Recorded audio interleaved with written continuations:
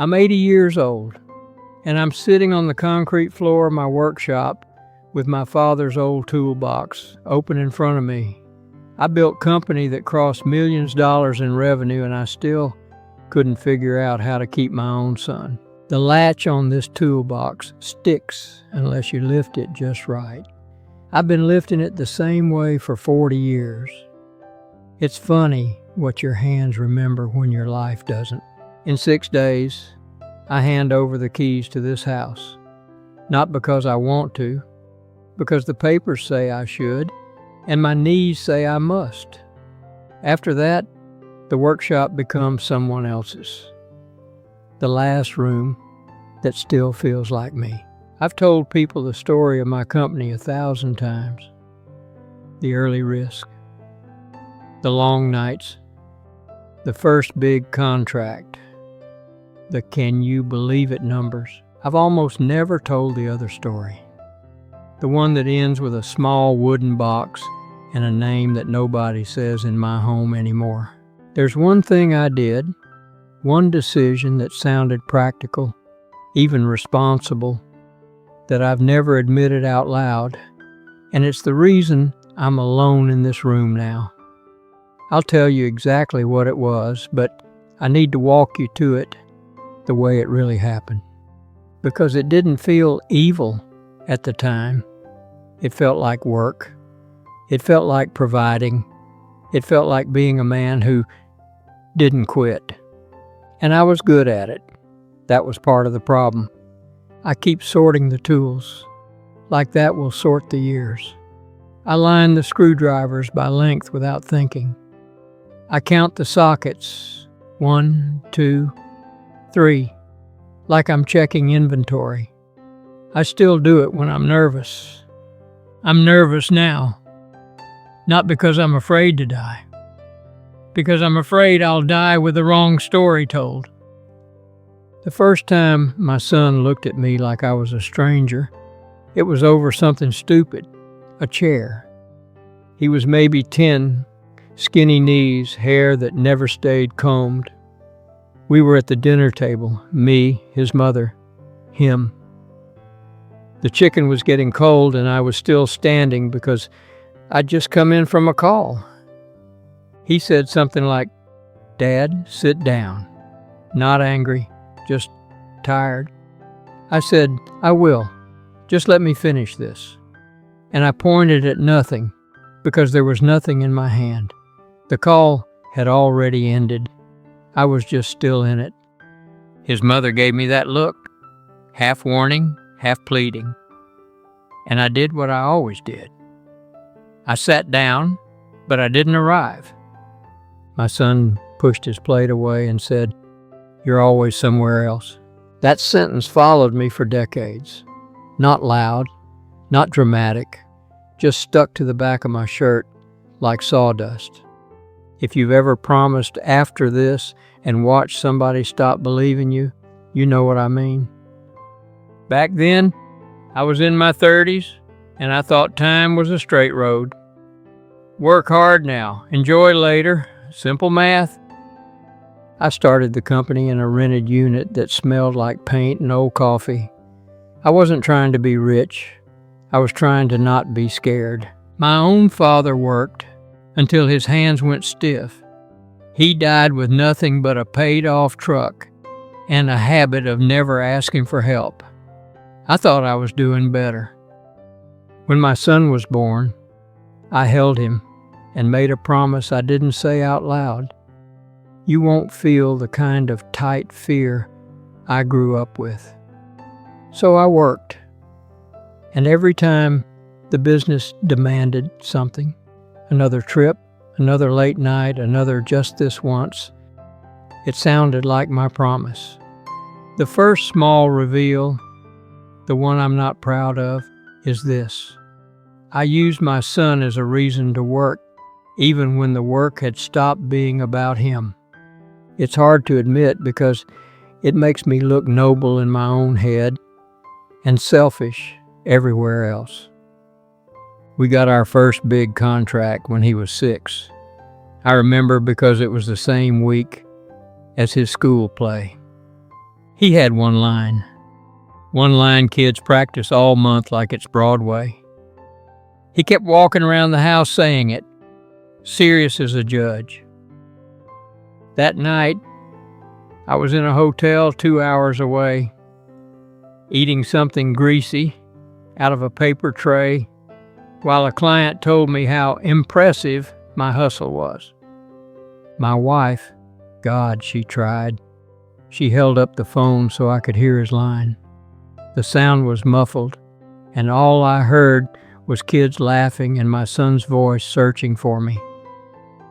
When I got home, he didn't yell. He didn't cry. He just stopped practicing his lines around me after that. A kid can forgive being poor. A kid can even forgive being busy. But being postponed over and over, that does something. I bought gifts to cover the gap. I wasn't stupid. I could feel the gap. I just didn't know how to cross it. There was a bike one year, an expensive one. I assembled it myself in this very workshop, sweating and swearing under my breath, like effort could substitute for presence. He rode it around the driveway twice, said thank you, and went inside. I stood there with the wrench still in my hand, angry in a way that didn't make sense. Angry at him for not being grateful. Angry at myself for needing him to perform gratitude so I could feel forgiven. That anger is one of the things I hate most when I look back. Because it wasn't really anger. It was panic with a suit on. By the time he was 13, the company was no longer a gamble. It was a machine. Employees, payroll, customers who called like their emergencies were the only emergencies that counted. I used to tell myself, if I don't answer, people don't eat. That sounds heroic until you realize your own kid is also a person who needs you to show up. There was a Saturday, I can see it plain, where he had a baseball game. Not a championship, nothing special, just one of those ordinary mornings that make up a childhood. I stood on the sidelines in a collared shirt, trying to look like I belonged there. My phone kept vibrating in my pocket. I kept checking it like a nervous tick. At one point, he looked over, and our eyes met, and I did something so small, I didn't even register it then. I held up one finger, just a second. I wasn't telling the client 1 second. I was telling my son. That was the second small reveal. I trained my son to wait for me, and then I acted surprised when he stopped waiting. His mother and I started fighting in the quiet way adults do when a child is in the house. Not shouting, just clipped sentences. Doors closed a little harder than necessary, and she would say, "He needs you." I would say, "He has everything." I actually believed that. I thought a good home and good schools and good shoes were the whole thing.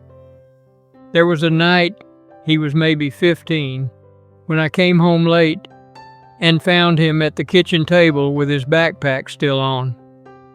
His mother had already gone to bed. He said, "Can you sign this?" It was a permission slip. Field trip. I signed without reading. My pen made that scratchy sound on paper.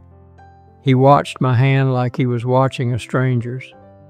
Then he said, "Do you know what it's for?" I lied and said yes. He nodded like he expected the lie. Then he stood up and went to his room. The door closed, not slammed, just closed. That's the kind of moment that doesn't look like tragedy. But it's where tragedy starts, building a nest. When he was 17, I missed his graduation. Not because I forgot, because I thought I could do both. I had a meeting that couldn't move. I told myself I'd make it in time if I left early. I didn't leave early. I never left early. I walked into the gym. Right as they were folding the chairs, people were hugging, cameras flashing, parents crying that proud, open kind of cry. My son stood near the bleachers in his cap, holding a program. He wasn't crying. He was calm, too calm. He saw me and gave me a small nod, like you'd give a neighbor. Later, in the car, his mother said, "He didn't even look for you." That sentence hit me harder than any yelling would have, because it meant the injury had already scarred over. I tried to fix it the way I fixed everything, with action. I took him on a trip. I bought him a watch when he left for college, a nice one. He didn't wear it much. Years later, I found it in the back of a drawer, still in the box, like a returned gift that nobody bothered to return. College put miles between us. But the truth is, there were already miles. He started calling his mother more than me. That's normal, people said. But it wasn't just normal. It was information. When he did call me, it was short. Updates, safe topics, weather, classes. I kept waiting for a crisis that would require me because that was the only way I knew to be a father, be useful. And then the crisis came and I wasn't there either. Here's the third small reveal, the one that makes my throat tighten even now. I heard my son ask for me, clearly, and I still chose work. It was a Tuesday evening. No, not Tuesday. I don't remember the day, and it doesn't deserve the dignity of a day anyway. I remember the light. It was that late, thin light that makes everything look tired. I was in the office parking lot, sitting in my car, talking to a board member. We were negotiating something that felt life or death at the time. Numbers, timing, image. My phone buzzed with an incoming call. My son's name. I didn't answer. I watched it ring out while I told the board member, yes, absolutely. Like I was a man with priorities. A minute later, a text came through. "Dad, can you pick me up? Car won't start. I'm on 41 by the old gas station." I stared at it. My finger hovered. I could have said one true sentence. "I'm coming. That's all." Instead, I texted back, "Can't right now. Call roadside. I'm in the middle of something." I can still see the little delivered check mark.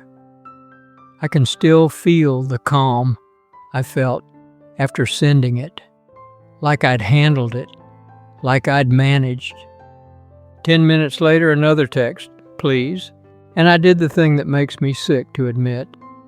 I put the phone face down on the passenger seat so I wouldn't have to see it light up. That's the decision I told you about at the start. The practical one, the responsible one, the one that sounded like providing. I told myself he'd figure it out. He was grown. He had friends. He had resources. I told myself I'd call after the meeting. I always told myself after. When I finally looked at the phone again, there were missed calls. From his mother. From a number I didn't recognize. I called my wife back and she answered on the first ring, which should have told me everything. She didn't say hello. She said my name like it was heavy. Then she said, "There's been an accident." People think the worst moment is when you hear those words. It's not. Not for me. The worst moment was later, when I learned he'd gotten a ride with someone he shouldn't have. A friend of a friend. A car that smelled like beer. A decision made in the dark because his father texted, "Can't right now." The company didn't collapse that night. The deal didn't fall apart. The world didn't punish me the way stories promise it will. That's another cruel part. Life lets you keep your success even when you failed in the place it mattered. At the hospital, the corridor lights were too bright, the air was too cold, the vending machine hummed like it was proud to be alive. I remember my hands shaking, and I tried to stop them by gripping my wallet, like money could steady me. A doctor said words I can't repeat in order. Severe. Trauma. We did everything.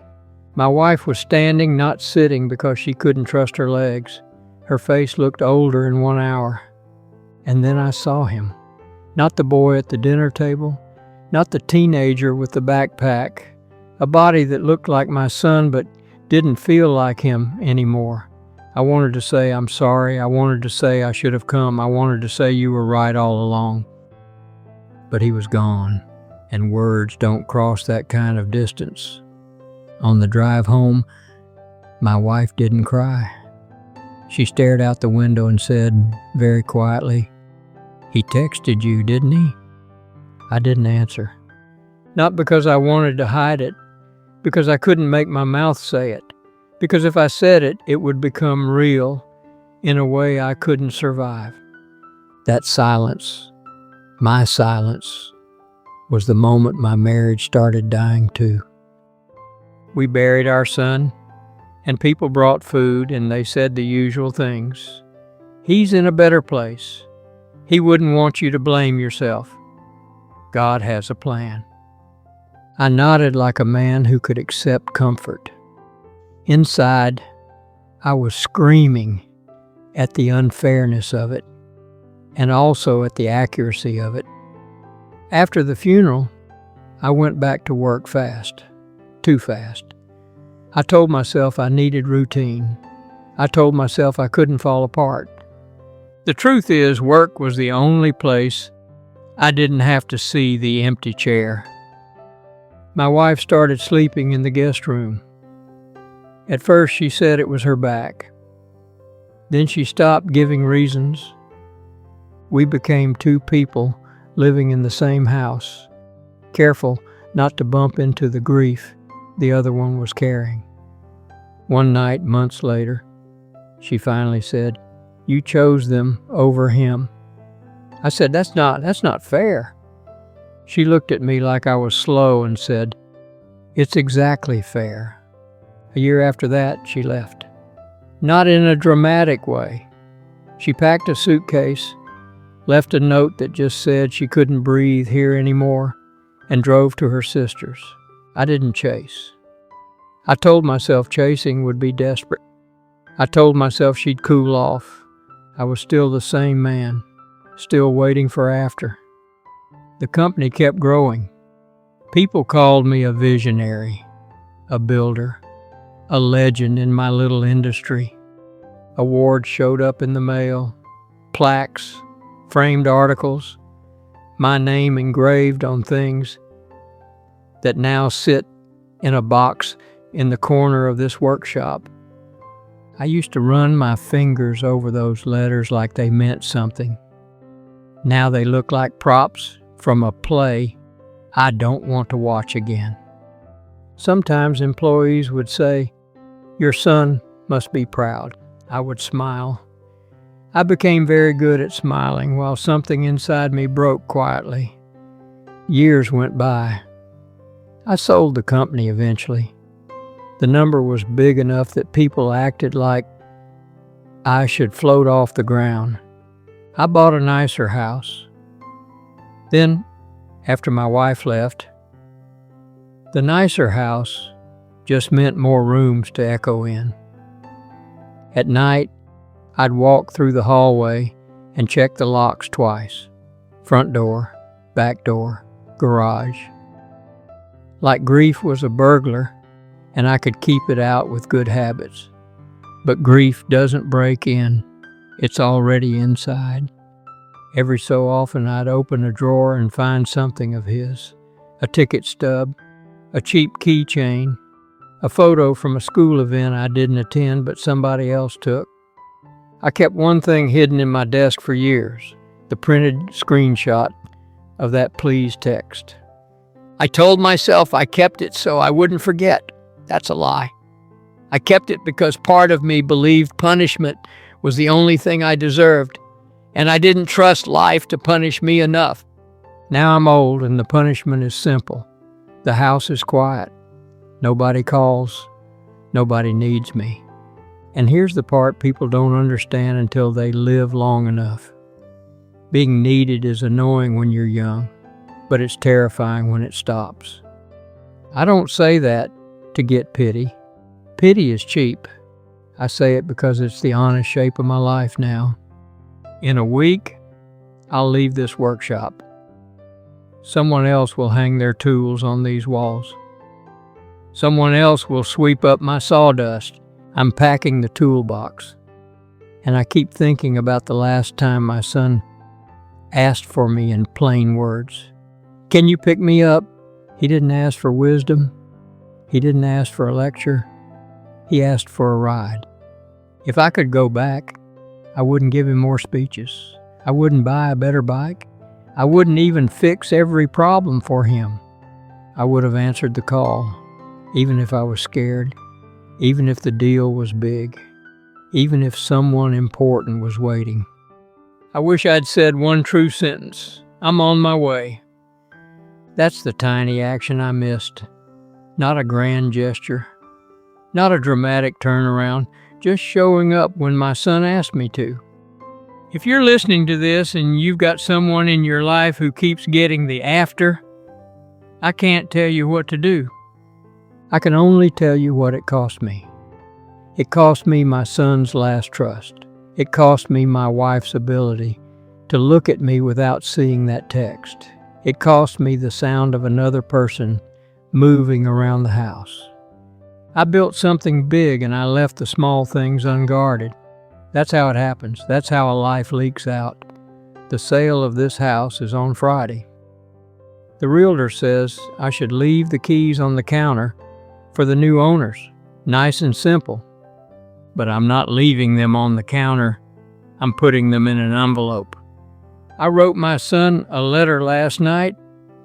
Not the kind you mail. There's nowhere to send it that would matter. It's just a record.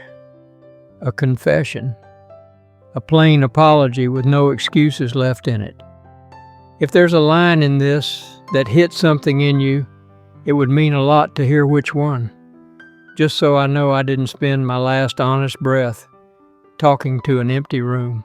If you know someone who's living like I lived, always in the middle of something, send this to them quietly, the way you'd slide a note across a table. And if you want to stay with these stories, while I still remember them clearly, you can subscribe and sit with me a little longer. The envelope is here, on the workbench. The paper is too clean. My handwriting is worse than it used to be. I put the house keys inside anyway. I put the letter on top. Then I lick the gum on the flap, press it down with my thumb, and seal it like it might finally hold something in.